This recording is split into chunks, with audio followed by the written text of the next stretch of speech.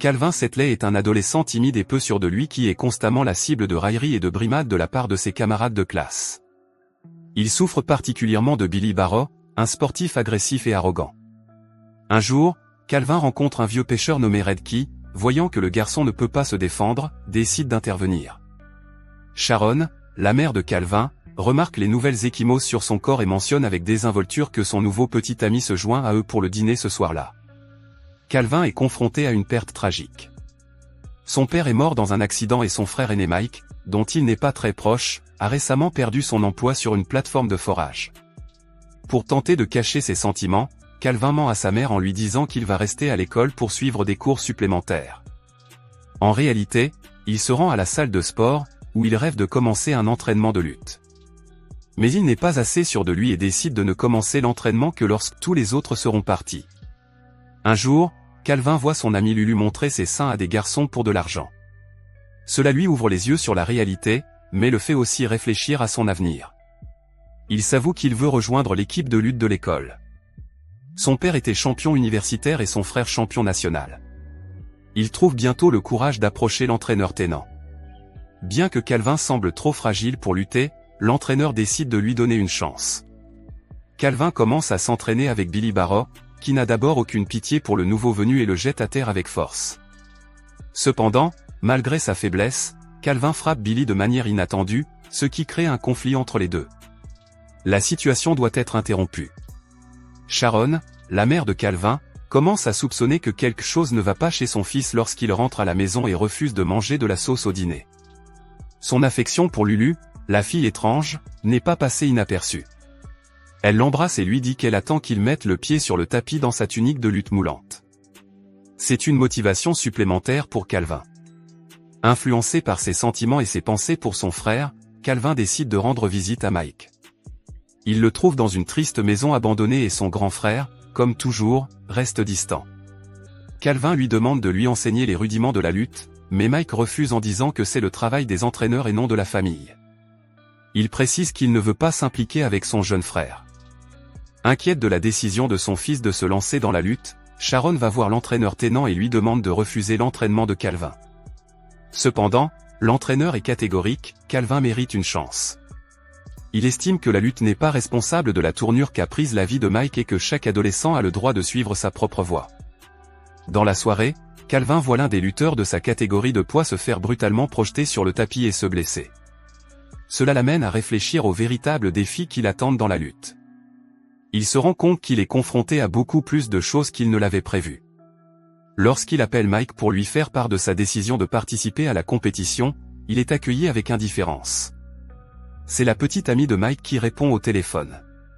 Pendant ce temps, Calvin se retrouve parmi les plus expérimentés à la pesée. Il remarque que son adversaire a du mal à cacher son sourire lorsqu'il regarde le corps frêle de Calvin.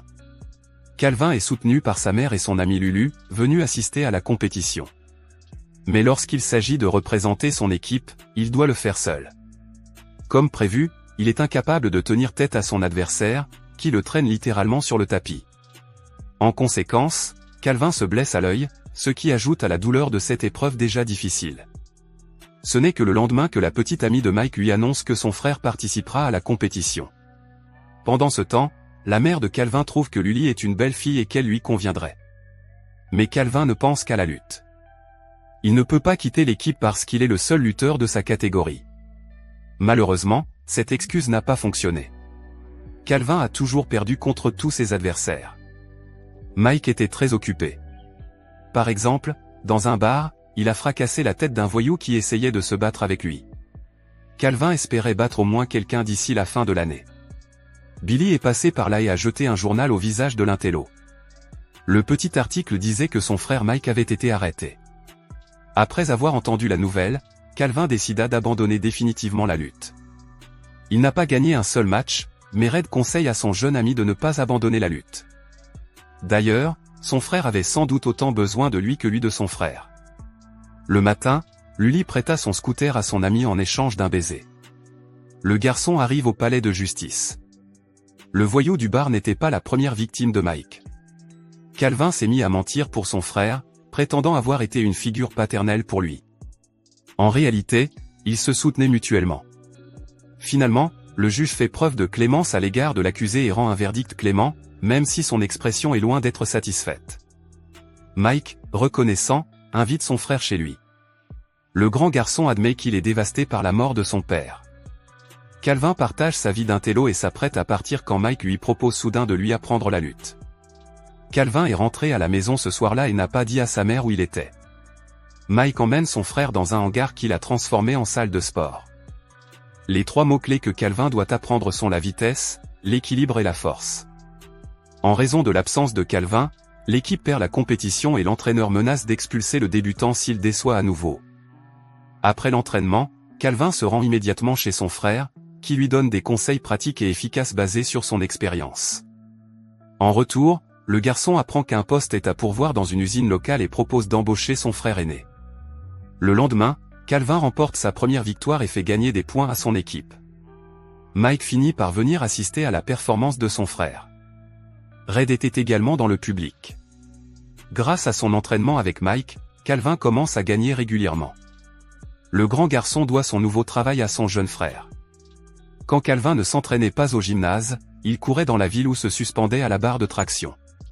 Le grand homme a décidé d'enseigner à Calvin un mouvement qu'il demandait depuis un certain temps. Le reverse cradle est un mouvement risqué mais efficace qui a déjà permis à Mike de remporter un tournoi. Pour le bal de l'école, Lully a cousu sa propre robe. Billy Barrow et ses amis préparent un mauvais coup. Billy a traité Lully de stripteaseuse et l'a mise au défi de lui montrer sa poitrine pour 5 $. Puis il a ouvert la fermeture éclair de sa robe. Billy s'attendait à tabasser Calvin comme d'habitude, mais au lieu de cela, Calvin a traîné son visage sur le sol. La fête a été gâchée et le couple a dû quitter l'événement. Lully a toujours attiré les ennuis, mais Calvin pensait qu'elle était spéciale. Il a réconforté la jeune fille désemparée en lui faisant un compliment et l'a serrée dans ses bras. Le soir même, Mike n'a pas pu résister à la tentation et est allé boire une bière dans un bar. Là, un voyou chauve l'a remarqué et lui a passé un coup de fil. Au dernier moment, Mike s'est ravisé, a reposé son verre intact sur le bar et s'est dirigé vers la sortie. Mais un bagarreur et sa bande l'attendaient déjà à l'extérieur, obligeant Mike à se défendre. Au cours de la bagarre, Mike enfonce une porte, mais reçoit une balle dans la tête.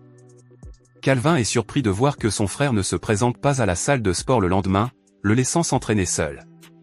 Ce soir-là, sa mère l'informe que Michael, ivre, a appelé du commissariat, mais Calvin ne le croit pas.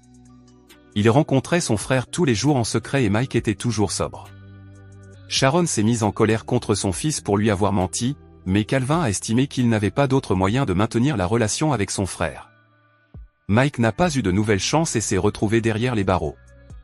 Sharon est allée rendre visite à son fils en prison. Une serveuse du bar était prête à témoigner que Mike n'avait pas bu et n'avait pas commencé la bagarre. Sharon a admis que ses fils avaient besoin l'un de l'autre, même si cela lui faisait peur. Elle voulait aussi récupérer son fils en commençant par le faire sortir de prison. Le tournoi commence. Calvin s'est bien débrouillé, atteignant sans encombre les demi-finales, mais pour une raison ou une autre, il n'était pas satisfait de ses victoires. Lorsque Mike a été libéré, Sharon lui a demandé d'aider son jeune frère. Avant la demi-finale, Calvin a paniqué et s'apprêtait à s'enfuir, mais en sortant, il s'est soudain heurté à Red. Le garçon tente de se justifier en disant que la lutte n'est pas son fort et qu'il n'a jamais voulu en faire. L'homme plus âgé a rappelé à Calvin qu'il avait déjà accompli beaucoup de choses et qu'il ne s'agissait pas toujours de gagner. Il s'agit simplement de ne pas abandonner. Calvin se ressaisit et se rend à la réunion. Il scrute la foule à la recherche de son frère, mais Mike est introuvable. Son adversaire était coriace, il attrapa Calvin et le jeta au tapis. Le garçon se débattit avec acharnement pour éviter d'être épinglé. La première période se termine sur un score de 5-2 en faveur de son adversaire. Enfin, Mike apparaît dans l'arène. En le voyant, Calvin a eu une bouffée d'énergie et il a battu l'habile lutteur, même s'il l'a accidentellement blessé pendant le combat. Calvin se qualifie pour la finale. Avant le dernier match, Mike lui donne quelques conseils de dernière minute. Lully a demandé à Mike de remettre un cadeau à Calvin avant son dernier match. Il lui a cousu une robe lumineuse et un ami a organisé un feu d'artifice pour une entrée spectaculaire. L'équipe adverse est déconcertée et se demande ce qui se passe. En finale, Calvin affronte son premier adversaire, le lutteur le plus fort de l'État. Ce n'est que maintenant que Calvin apprend que son partenaire de pêche était l'entraîneur de son père. Comme prévu, le match est difficile et c'est l'adversaire de Calvin qui marque les premiers points. Au moment critique, Calvin décide d'exécuter le berceau inversé et y parvient. Il ne lui reste plus qu'à immobiliser son adversaire avant la fin du temps imparti. Calvin a tout donné, mais son adversaire a été tenace et a réussi à s'accrocher. Le score final est de 9-11. Calvin a perdu la finale, mais il a accepté la défaite avec grâce et n'a pas été trop contrarié parce que sa famille et ses amis étaient à ses côtés. Il n'a pas abandonné et a fait de son mieux. Même Billy Barrow lui témoigne du respect. Red se souvient que le défunt père de Calvin lui avait demandé de s'occuper de sa famille s'il lui arrivait quelque chose, et il semble que le coach ait tenu sa promesse.